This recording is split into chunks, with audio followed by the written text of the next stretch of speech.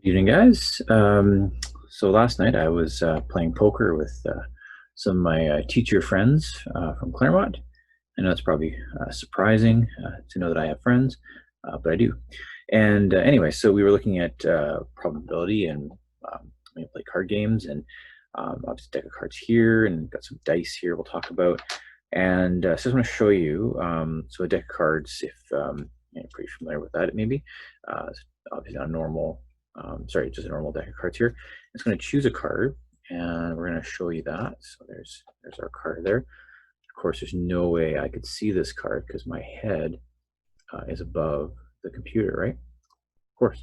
So I'll put that down there. So that's our card there. And then we're just going to put this deck of cards on top of that card there. Okay. So what we're going to look at is the guy there. Watch. We're going to keep track of things here. So what I do is I take the bottom card here, put it on top, and then put the card down, and I put the bottom on top, put it down, and I just kind of keep repeating this process until I have 4 cards down here. So what I'm going to do is just sort of move these guys over, put my deck over here, and you keep watch on that. And we're going to stack our cards down here. So if you're keeping track, you should sort of know which pile the queen is in right now, right? So is it in this deck or this deck? Okay, well, some of you might think it's in this deck. So let's move that over there. So it could be in there. And of course, some of you might think it's in this deck, right? So it could be in one of those decks. Unless I hit it, maybe I dropped it down, or I put it over there, or maybe it's up here somewhere in my mouth or something like that. But you guys can't see. So anyway, so let's take a look here. So we're going to take our card, and we're going to ask, is that your card there? Okay, you say maybe yes or no. I think no. So we'll take that card, and we'll put it down on the table here. Okay, and then we'll take the bottom, move it up here, and then is that your card? I don't think so. So I'll put that down here, and then move that. And then either one of these the cards you were looking at? No, I think so. Okay, so now we're going to really do some probability here. So maybe the card is in this deck here. So let's move that just over there. And what I'm going to do is roll our 8-sided dice here, and I'm going to let the dice decide which card it is not. So card number 2. So 1, 2. Okay, so it's not this card. Okay. And I've got 6 cards. Let's use a 6-sided dice. And I got a 6. So let's count that. So 1, 2, 3, 4, 5, 6. So it's not that card. Okay. And I'm going to roll the dice and look for even and odds here and see what happens. So I get an odd number. Okay, so let's count it up. 1, 2, 3. So we'll get rid of that card. Okay, so we use probability to determine that this is the only remaining card, which it can't be because it wasn't in one of the cards that we showed you. Or is it? So here's our card here. So there's our queen there. Okay, so looking at probability today, and the question is, what are the odds of me doing that? Like in terms of, these are when we talk about card games, stuff like that, games of chance. Now, a lot of times we can manipulate games by knowing how to control certain cards or how to maybe rig certain games. But what we're going to look at now is the probability of just picking a card at random and doing that. So if I was to take this deck of cards and just stick the queen somewhere in here, and then and do an honest shuffle, so no putting my pinky anywhere to mark something, and I just truly shuffle the deck here, so randomize the deck.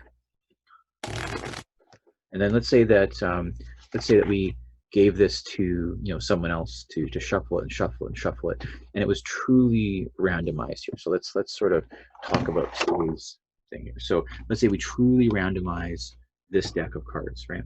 And I was to now in a fair way and reach in, and I just pulled out just by chance. That's close. But if this was the Queen of Hearts, what would that chance be? Would that be a good chance? Would that be a likely thing to occur or an unlikely thing to occur? And what if I did it many times? Like what if I said I'm going to try to do it 5 times in a row, and every time I do it, I'm going to pull out the Queen of Hearts. So, you know, would that be more likely to occur or less likely to occur than just doing it once? Or what about the question of, like, let's say I do it 5 times in a row, what's the chance of me getting it right once? That is, I pull 1 Queen of Hearts out of the deck in 5 goes. Is that a pretty likely thing to occur? And now playing card games may not be your thing, but if you think about, like, you guys are in grade 9 now, so you have another 3 years of high school, and maybe some of you going on to university and college. And many times teachers give you multiple choice tests. I mean, I've done that over many of the tests we've done online here.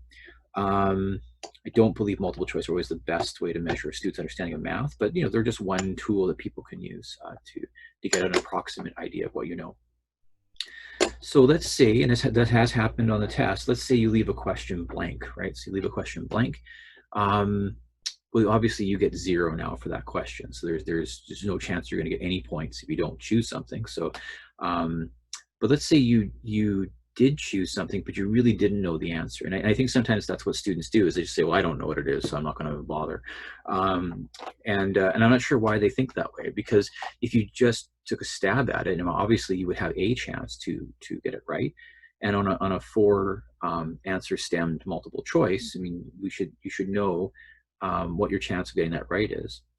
Now, of course, if you left, you know, let's say it was a 10 question test, okay, 10 multiple choice questions, and you left them all blank. You just didn't even bother. I don't care. Just left them blank. I'm going to hand it in. What do you think your chance would have, or what do you think you would have gotten on that test had you just guessed? Like you just took your pencil and you just chose 10 random questions. You just said, I'm just going to choose these 10 random questions or answers to the questions. Do you think you would have gotten 0? Like, you think that's a likely thing to occur, that you would have gotten 0? Or do you think it's a likely thing to happen, you would get now 100% on that test, right? Because what might surprise you is that, let's say you knew nothing. What your teacher gave you you walked into your English class, and your teacher gave you a physics test there, and you've never done physics before. You never heard of any of these questions before, and you just said, okay, I'm gonna do my best here, but you know nothing. Like, you know nothing about that subject.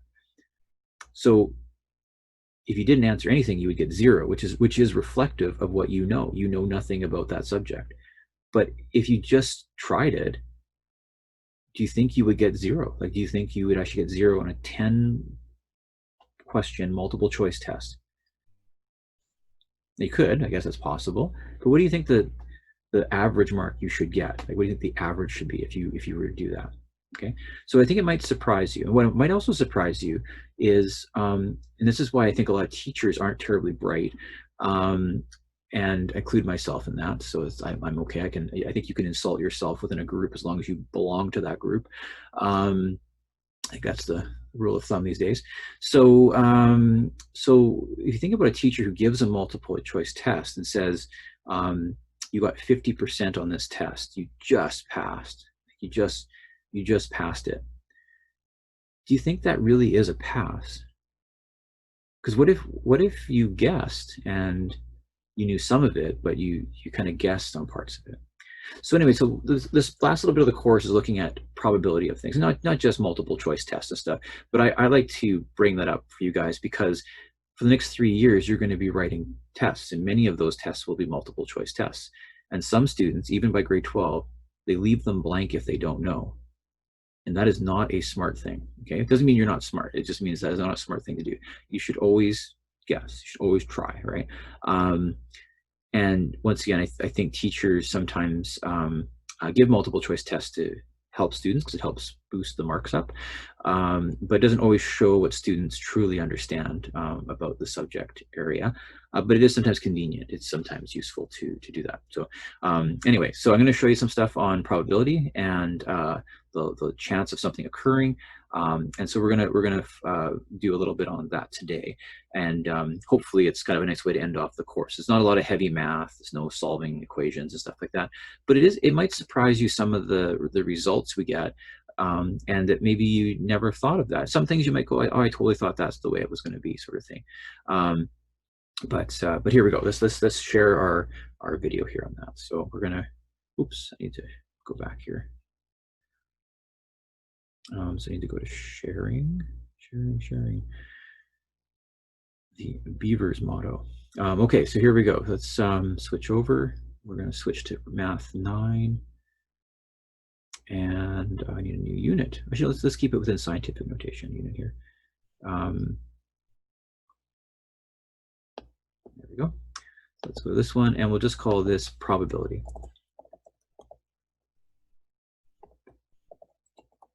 Okay, and let's turn me off here because I'm going to turn the screen a bit, and hopefully I don't lose you guys in this process. My computer keeps dropping me something for some reason. I'm not sure why that is. Okay, so let's take a look at a really simple question first. I think a really simple question. I hope a really simple question. Dealing with probability. Okay, so let's say you flip a coin.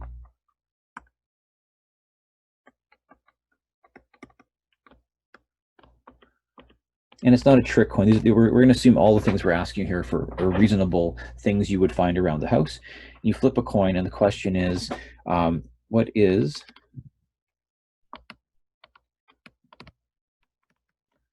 the probability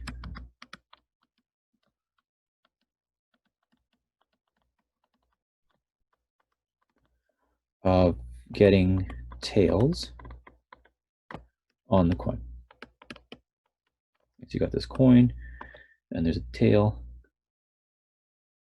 Just kidding. There's like heads and tails. You know what I mean, right? So a coin has two sides to it. So you call heads or tails, or whatever country you're from, you might have a different name for the both sides of the coin. But the idea is you're gonna get something from the coin that could happen here. Okay. Now, if you flip a coin fairly, and you let it land or you capture it, generally what we're assuming is the angular rotation of the coin, so that it's spinning through the air. It actually prevents it from landing on its end like that. So that's not something that happens unless the ground is really uneven, or you drop the coin in such a way that might happen. But if you truly flip a coin, it's not going to land like that, stay like that. It might bounce off its edge, but eventually it falls one way or it falls the other way, and it kind of makes that noise coins are famous making. So, for example, I just have a coin right now. You flip it. I'm going to flip it now. You hear that beautiful sound? So that was a toonie that shows me a polar bear, and I'm going to call that my tail side. And on the other side is Elizabeth II, and 1996, so she looks a bit younger there. And yeah, so that's going to be my tail side of the coin. Okay, so really the chance of getting a tails, well, I think most of us would agree it's a 50% chance, right? So we'd say it's 50%. And now as a decimal number, 50% is 0.5. And many of the things we write in probability, we write it in decimal format. We'll say it's a 0.5 chance of occurring. So 0.5 means 50%, or sometimes we'll write it as a fraction. We'll say 50%, well, that's really 5 out of 10, but really that reduces down to 1/2. And so we might write this symbol. I'm going to write this symbol as I'm going to use the letter P for probability. So instead of writing out the word probability every single time, I'm going to write P. And then in brackets, I'm going to write down what it is I'm looking for. So let's say the probability of getting tails. Okay. So that way I've written that P bracket tails means probability of getting tails. And so that would equal 1/2. Okay. So I think we're all pretty good with that. If let's say you took a normal dice, not the one I showed you on the video, but your typical dice, cubic dice here. It's obviously got numbers on it, 1, 2, 3.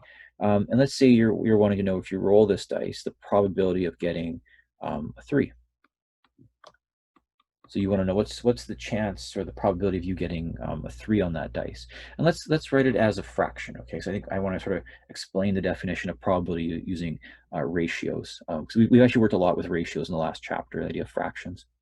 So I think we would have to know on a dice, if you'd have to kind of have a sense of what a 6-sided dice looks like. And of course, me saying a 6-sided dice kind of gives it away that it is a 6-sided dice, right? So a 6-sided dice is actually a 6-sided dice, right? Okay. So how many faces on a 6-sided dice? Well, on a 6-sided dice, there would be 7 faces. I mean, 8, no, 6. That's why they call it 6, right? So 6-sided dice would have 6 faces. And how many 3s are on that dice? Where am I here? I'm all over the place. Well, there we go. How many 3s? Doot, doot, doot, doot, doot, doot. Just 1, 3. So the chance of getting that would be 1 out of 6. You could convert that to a percent if you wanted to, but let's just keep it as 1/6. So is it more likely or less likely to get tails on a coin or a 3 on a 6-sided dice? So we can, once again, I think these numbers are fairly easy for us to work in our heads, but sometimes if it's hard, what you might want to do is convert numbers to have the same denominator so that you can actually compare them to each other. But I think most of you guys could easily compare those two numbers. But let's say you turned a half into something out of 6. Well, you would have had to times the bottom by 3, which means you times the top by 3, which gives you 3 out of 6. So 3 out of 6 is a bigger number, of course, than 1 out of 6. So obviously getting a tails is much more likely, or say not much more, but it's more likely than getting a 3 on a 6-sided dice. So once again, I think most of you guys could see that, but if you get fractions that are confusing, you might want to convert to the same denominator, and that helps you truly compare the two numbers together. Okay, so let's try one more probability here, and I'm going to get you to do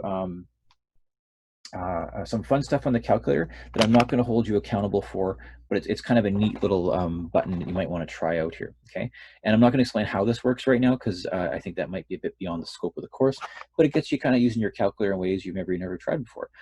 So let's take a look at cards. Okay, so cards. Okay, and let's say that you are playing with a normal deck of cards. That's 52 cards in a deck. Okay, so normal deck comes with 52 cards, assuming you take all the jokers out and instructional cards. And let's just give you the question we asked before, the probability of getting the Queen of Hearts. Okay, so probably getting Queen of Hearts. Okay, well, you have to know how many hearts, how many Queen of Hearts there are in a deck of cards, I guess. And once again, that might not be something everybody knows. I mean, if you've never played card games before, then this question would be very challenging to do that. But there is only one Queen of Hearts. The same way there's only 1 3 on a dice, and the same way there's only 1 tail on a coin. So we say there's one chance out of all the things that could happen, okay? So if you were to pick a card from a random deck of cards, well, assuming it's random, you could have picked any one of the 52 cards. The same way you could have rolled any one of the 6-sided shapes on the dice, or any way you could have flipped the 2 different sides on a coin. So with a deck of cards, there's 52 cards, so it'd be 1 out of 52. Now I'm going to convert this to a decimal for you just to show you what that would be. So the chance of that is 0.02 approximately, which is about it's about 2%. So there's about a 2% chance of that happening. So for someone to draw the Queen of Hearts out from a deck of cards, there's about a 2% chance of doing that. But of course, there's about a 2% chance of them drawing any card out from the deck of cards, right? Like you said, what's the chance of you getting a 3 of spades? It's still 2%. So that's important. So what I wanted to do today, and just end it off here today, I'm going to give you one little question to think about, is let's just sort of look at the definition of probability. So I'm going to say the probability of A occurring. So A is something you want to happen. So for example, the Queen of Hearts getting a 3, flipping a tails. Okay, so the A really here is the thing you want to have happen. So we call that the event. So the event you want to occur.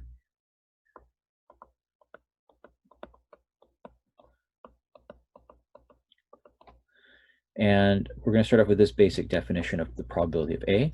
We're going to say that the chance of that occurring is what we call favorable events. Now, what is an event again? Well, that's the thing you want to happen, right? So favorable events would be in the question before, the Queen of Hearts. That would be favorable. Getting a 3 on the 6-sided dice, that would be a favorable event. That's what you want to happen. Or in the very first question, flipping a tails on a coin, that would be a favorable event.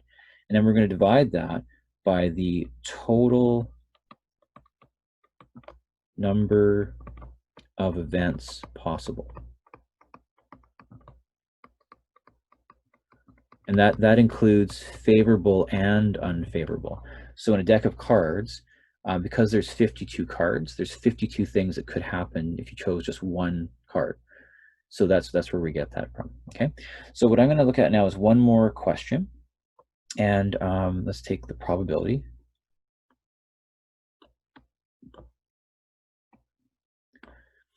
Of guessing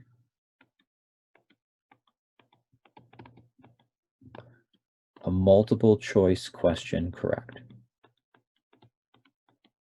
Okay, and we're going to assume like the test is like this. One, there's A, blah, blah, blah, B, blah, blah, blah, C, blah, blah, blah, and D, blah, blah, blah. And that's the question, and those are the answers there. Okay, and so your chances, what's the chance of you guessing a multiple choice question correct? That means getting it correct. And we'll assume that the answer stems, there is only one right answer. Your teacher's not trying to trick you or something. Okay, so I'd like you to write down that. Then what's the chance, the probability? I'm going to write you two more questions here, okay? So 1, 2. Now these next two questions are going to be, I think the first question is pretty easy, but the next two questions might be tricky for you. But I want you just to think about it. It's more to the thinking I want you to analyze here. What's the probability that's, let's say you had two such questions. So it was a 2-question test. And each question had these 4 answers here, A, B, C, D, A, B, C, D. What's the probability that you, knowing nothing, that you guess, so once again, guessing means you don't know the answer, you guess both correct? Okay.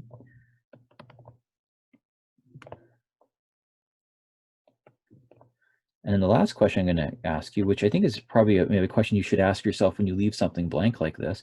Let's say you didn't answer them, so obviously you got 0. But what's the chance that if you guessed, you get both wrong? Okay. Now, as I said, the bottom 2 questions, 2 and 3, they actually are tricky, and you may not be sure how to answer them. That's fine. But I want you to think about it, because this is what probability is. It's about really analyzing the scenario and thinking about what could happen. What's the things that could happen here? But I think I'm hoping the first question, I think that's fairly straightforward if you understood the first part of the video. And I'll put another one out tomorrow, being a bit more specific with some of the probability things, looking at what we call tree diagrams and Venn diagrams. Maybe we'll see where we get to. I don't want to do too much on this near the end of the course. So anyways, hope you guys are doing well, and I will send that to you right now.